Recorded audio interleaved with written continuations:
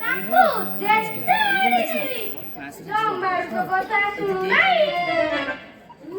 ସୁବଳ ଭାଇ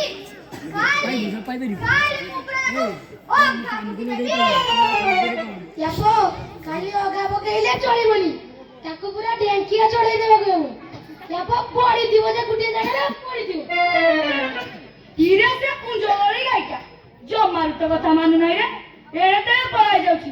ଧୀରେ ସେମାନେ କଣ ଆଉ ଆମ କଥା ମାନୁଛନ୍ତି କି ସବୁ?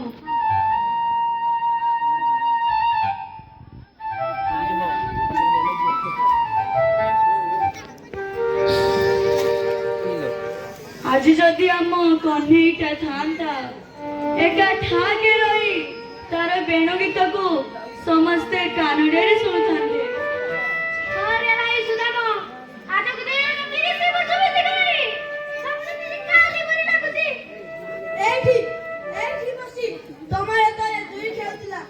ଲୁଚକାରୀ ଦଳି ଚୋରି ତାର ମାଙ୍କୁଡିଆ ଖେଳ ତାରି ଗୁଣକୁ ଧୁରି ଧୁରି ଆଜି ଗଛର ପତ୍ର ଗୁଡାକୁ ଝଡିଗଲାଣି। ଦେଖୁନ କି ତୁମାର ଗୁଣରେ କେତେ ମଶାଳି ପଳେଇ ଲାଗୁଛି। ଏଇଟା କିଛି ନୂଆ କଥା ନୁହେଁ ରେ ସୁବଳା। ଆଜକୁ ଦୀର୍ଘ 30 ବର୍ଷ ବିତିଗଲାଣି ଆମେ ବଣକୁ ଆସୁଛୁ, ଗାଈ ବି ଚରାଉଛୁ। ହେଲେ ମନେ ପକା ସୁବଳା, ସେତେବେଳର କଥା ଆଉ ଆଜି ତରିକା ସବୁ ଯେମିତି ହଜି ଯାଇଛି। ସବୁ ସିନା ହଜି ଯାଇଛି, ହେଲେ ତା କଥା ଜମାରୁ ଭୁଲି ହେଉନାହିଁ।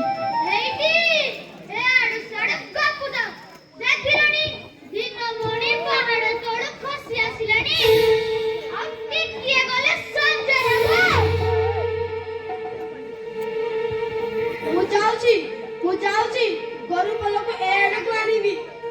ବେଳକୁ ନ ଗଲେ ଗୁଠରେ ଦୁଧ ବନ୍ଧା ବନେଇବ ପରା। ଗାଈ ସିଂହରେ ଆଜି ଢାଇ ବୁଳାଇବ ପରା।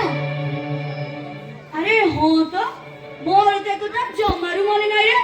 ଆଉ 4 ଦିନ ପରେ ପଦୁ ପୂର୍ଣ୍ଣମୀ। ଇରେ ଡାଳି ବୁଡିବ, ଲଉଡି ଖେଳ ହବ। ଇରେ ସୁବଳା, ଦାମା, ମଧୁ, ବାଉଡା, ଆରେ ତୁମ ମାନଙ୍କର ସେଇ ଲଉଡି ବେଳ ସବୁ ମନେ ଅଛି ତ? କେମିତି ମନେ ରହିବ? ନାଇଁ କେମିତି ମନେ ରହିବ? ଇଏ ବର୍ଷେ ହୋଇଗଲାଣି ପରା। ଆଚ୍ଛା ଟିକିଏ ମୋଡାଣ କରିଦେଲେ ତୁମ ମାନଙ୍କର ହେପାଜତ ରହିବ। ସୁଦାମ ଭାଇ ୟାକୁ ଆଉ ଥରୁଟିଏ ଗାଇଦିଅ। ଦେଖିବ ଏଥରକ ଆମେ ଠିକ ମନେ ରଖିବ। ହଉ ମୁଁ ଗାଉଛି, ତୁମେ ମାନେ ମୋ ସହିତ ପାଳି ଧରି ଗାଅ।